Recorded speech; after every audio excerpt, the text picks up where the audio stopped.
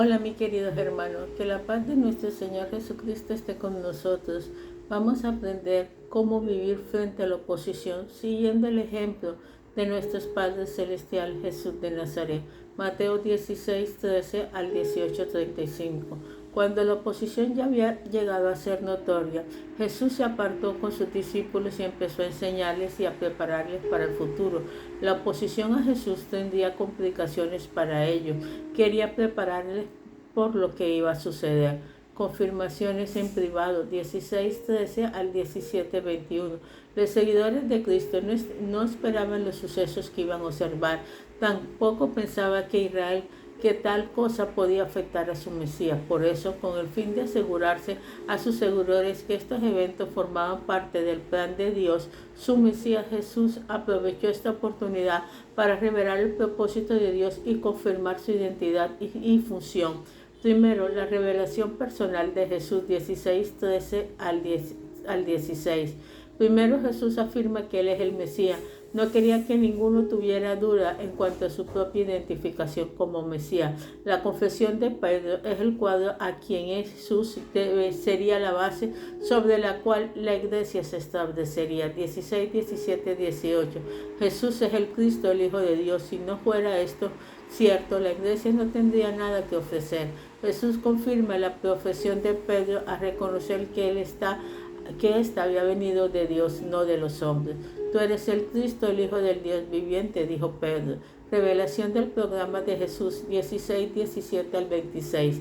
Tal como la profesión de Pedro de confiar en Cristo vendría en forma de fundamento para la iglesia en el futuro, aquí se usa como la base de toda la revelación que Cristo quiere comunicar a la iglesia. 16 al 17, 18.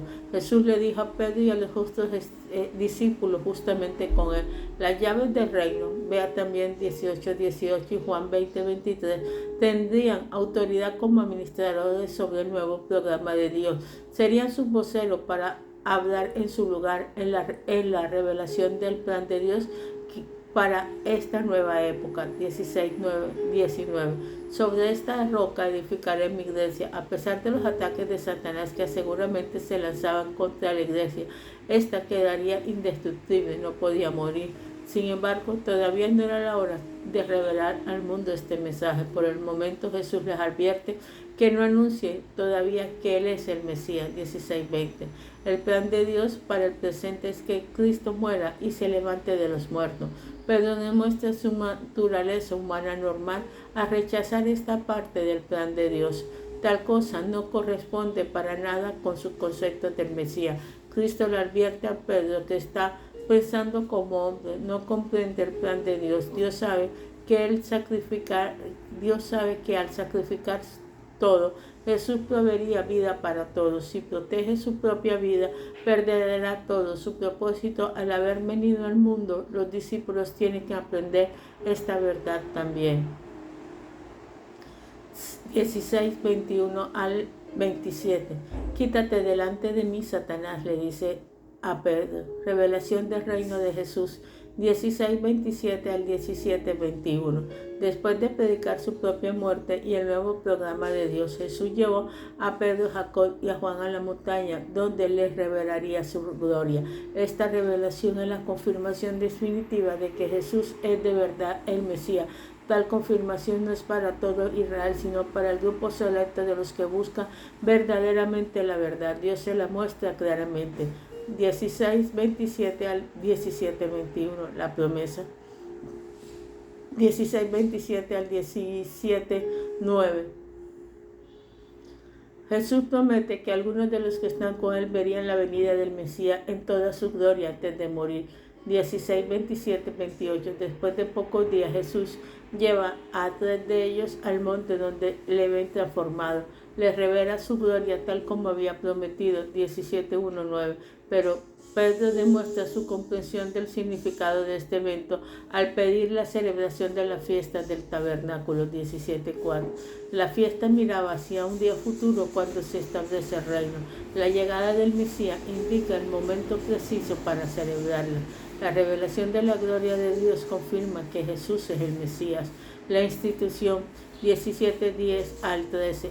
Al regreso de la montaña, los discípulos que acompañaban a Jesús tenían un problema que resolver. Habían estado esperando la llegada de Elías, según el profeta del Antiguo Testamento, Malaquías 4:5-6. ¿Cómo pudo haber venido el Mesías y la venida de Elías primero? Jesús explica que Juan el Bautista cumplió la promesa y llevó a cabo la función de Elías. 17:10 al 13. La explicación no niega la posibilidad de que Elías mismo regrese antes de la segunda venida de Jesús, del Señor. Solo demuestra que Juan hizo lo necesario para cumplir la promesa, preparó el camino de la llegada del Señor. Juan el Bautista cumple la promesa de regreso de Elías. Ejemplos 17, 14, 21. Las historias de la confirmación divina que Jesús es el Mesías termina con una advertencia. Aunque el Mesías ha venido, quienes se identifican con él no tienen nada de autoridad independiente. El ejemplo del muchacho lunático controlado por un demonio demuestra la necesidad absoluta de la dependencia de Jesús. Solo por la fe en él podían ocurrir verdaderamente los milagros. Jesús es la fuente de su autoridad. Analicemos. Pedro explica el significado de este evento importante para su propia fe en 2 de Pedro 1, 16, 19. ¿Para qué sirvió esta confirmación en la vida de Pedro? ¿Para qué debe servir este testimonio en relación con nuestra fe y nuestra vida? Siguió en privado, siguió instruyéndolo. 17, 22 al 18, 35. Tradición acerca de su muerte, 17, 22 al 23. Después de la confirmación, su persona y su propósito frente a los discípulos, Jesús le da las instrucciones preparativas para los días venideros, 17, 22 al 18, 35. Tiempos difíciles están por delante y tiene que preparar para enfrentarlos y comprender el plan de Dios. La instrucción empieza con el recuerdo duro que aunque el Mesías es Mesías, Jesús es el Mesías, tendrían que morir pronto. Precaución acerca de la ofensa contra los demás. 17, 24, 18, 14. A base de esta muerte inminente, Jesús le instruye para el futuro. El tema principal que se trata en preparación para su muerte es el problema de la conducta que ofende a los demás. El rechazo de Jesús le va a dejar algunas situaciones difíciles en las cuales sin duda se sentirán ofendidos y de tal vez ofenderán a algunos otros. Les quieren preparar para tales distinciones. Primero les advierte en cuanto a su propia conducta. Deben tener cuidado para no ofender a los otros. Los privilegios de ser del Hijo, 17, 24 al 27. Cristo utiliza su propia conducta al pagar el impuesto del templo como ejemplo a los demás ciudadanos que deben tener para no ofender a otros. Como hijos del rey, Jesús no tendría que pagar este impuesto, fue exento por el derecho de hijo. Sin embargo, pagó el impuesto para no ofender a los demás. No quería ningún obstáculo a base de su conducta que pudiera servir de estorbo para evitar que quien pudiera pensar confiar en él. Su derecho como hijo le exoneró para no ofender, lo pagó. La grandeza frente a Dios, 18:1-5. Jesús continúa advirtiéndolo del peligro de las ofensas a los demás al tratar el concepto de ellos en cuanto a la grandeza. La opinión del mundo que también aceptaban es que los mayores deben ser servidos, los otros deben someterse. Jesús les enseña que deben cambiar su actitud acerca de la grandeza. Una persona verdaderamente grande desde el punto de vista de Dios no exige que le conceda lo que quiera, será humilde y se someterá a los demás. El ejemplo del niño subraya estas dos características de la grandeza frente a Dios. El niño reconoce su pequeñez, no se cree grande todavía. Así debe ser quien aspire a ser grande frente a Dios. A la vez, tal persona debe someterse para el bien de los pequeños que no le pueden recompensar. De esta manera alcanzarán la verdadera grandeza. La verdadera grandeza pertenece, mi querido hermano, a quienes humillan y a quienes sirven a los demás. El peligro de desviar a las otras personas, 18, 6 al 14. El principio general en cuanto a la grandeza ya presentado se explica directamente al tema de las ofensas de los demás. El que es verdaderamente grande manifestará su interés en otros al tener cuidado de no hacerle caer por medio de su propia conducta. Quien pase por alto esto importante base para la conducta será juzgado por Dios a causa del daño que haga a los que Dios ama. Se utiliza la ilustración del cuerpo para subrayar la importancia de eliminar cualquier cosa que pueda ser una ofensa en nuestra vida. Muchos han tratado de aplicar literalmente este pasaje. Algunos han cortado a algún miembro físico del cuerpo con el fin de cumplir lo que Jesús enseña. Sin embargo, él mismo indica en el Sermón del Monte que el problema mayor no está en los miembros físicos del cuerpo, sino en la mente del hombre. Difícilmente uno puede cortarse la mente. A veces también se ha utilizado estos versículos para enseñar la posibilidad de perder la salvación. Fíjense bien que el pasaje no dice que quienes sean salvos y hagan esto perderán la salvación que tienen. Se le presenta un principio universal de la importancia de luchar por las prioridades indicadas. Es mejor sacrificar lo que es temporal para conseguir lo que es eterno en vez de luchar por lo que es temporal a expensas de lo que es permanente. Más vale sacrificar lo que es temporal para conseguir lo que es eterno, mi querido hermano, en vez de sacrificar lo que es eterno para conseguir lo que es temporal. Los miembros físicos del cuerpo pueden perderse, los derechos personales pueden sacrificarse, pero debemos luchar por el bienestar eterno, tanto el nuestro como el de los hermanos. Quien esté listo para la venida del Rey debe reconocer la importancia de esta prioridad y vivir de esta manera. La venida de Cristo les quiere enseñar en que deben estar dispuestos a sacrificar cualquier cosa que sirven de estorbo en la obra de Dios en su vida, en su hermano, que pudiera ser heridos por lo que ellos hicieron. Cristo tiene tanto interés en cada uno de ellos que sale a buscarlos y restaurarlos. Si se preocupa tanto por ellos, nosotros también debemos estar dispuestos a sacrificar nuestro deseo con el fin de ayudarles. Si la restauración tiene gozo, trae gozo al corazón de Dios, debemos buscarlo, la manera de lograrla. Razonemos entonces. En este pasaje, como en muchos otros de la palabra de Dios, se nos advierte del peligro de querer resaltar y salirse con la suya. El que es verdaderamente grande buscará primero el bien de los demás, evitará cualquier conducta que pudiera hacer caer a otros. Hoy en día hay un concepto popular de esta enseñanza, no es realista, no se puede vivir así. Considere su propia vida a la luz de estas palabras de Cristo. ¿Quién le está pidiendo? ¿Habrá alguna costumbre en su vida que pueda ofender a otros? ¿Qué le pide Dios? No deje que el concepto popular interfiera con lo que Dios le enseña. Apunte algún paso o pasos que debe tomar esta semana para cumplir lo que quiere. Preparación para las ofensas de los demás, 18, 15, 31. En la epístola del Nuevo Testamento se demuestra que por medio de la persecución los creyentes frecuentemente no se trataron como debería haberlo hecho. Jesús quiso prepararles para lo que iban a sufrir por causa del maltrato de parte de otros, aún de parte de los hermanos en Cristo. Corrección del ofensor, 18, 15 al 20. Primero Jesús le enseña cómo debe tratarse con quienes les maltratan. En resumen, deben acercarse a ellos con amor, con el fin de corregirle.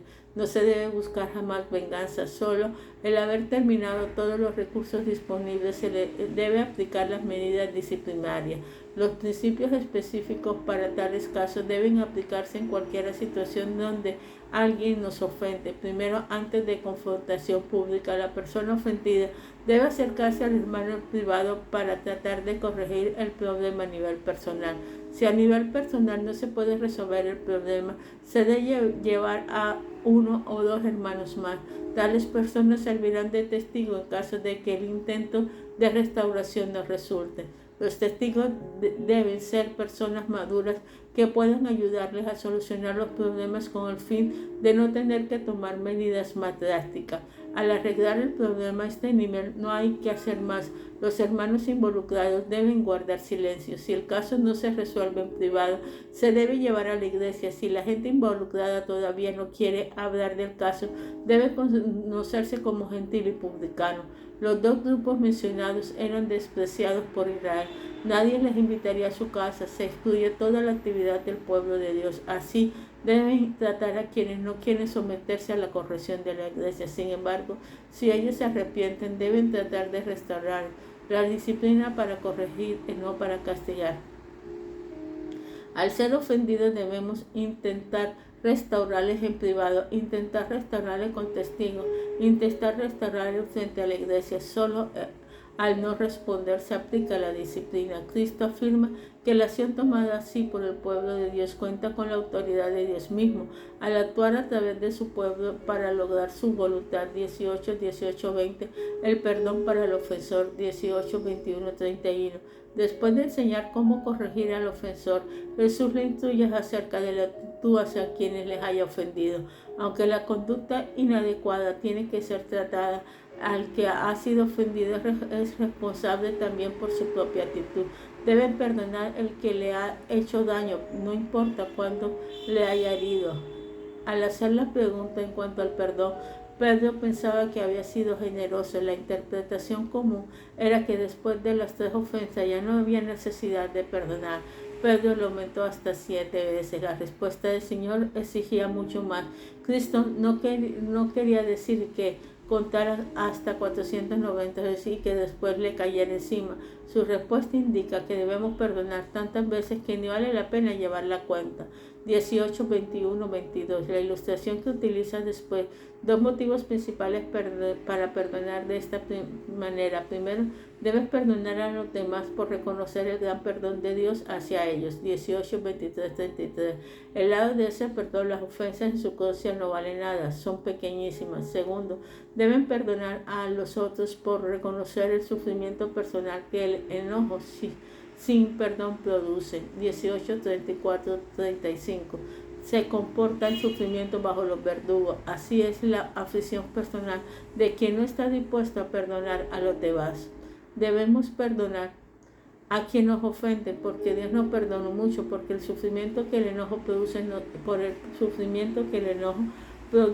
en nosotros mismos.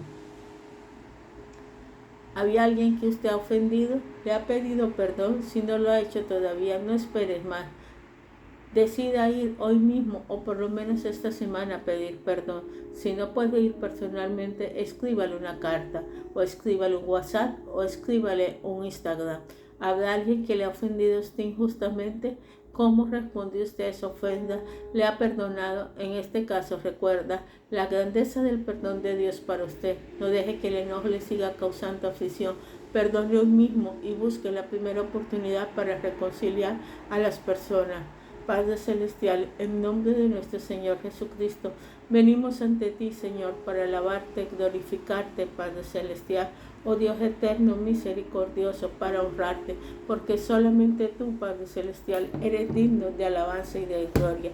Te pedimos, mi Dios, en este momento, Señor, que nos enseñes una vez más a perdonar, que nos enseñes una vez más, Señor, a seguir adelante, que tu presencia, Señor, esté en nuestra vida, que tu perdón, Padre Celestial, siempre sea nuestra bandera. Espíritu Santo, Padre Celestial, enséñanos a no rechazarte, enséñanos, Padre Celestial, oh Dios eterno, a ser fiel, a ser firme, Señor, en los momentos de la prueba.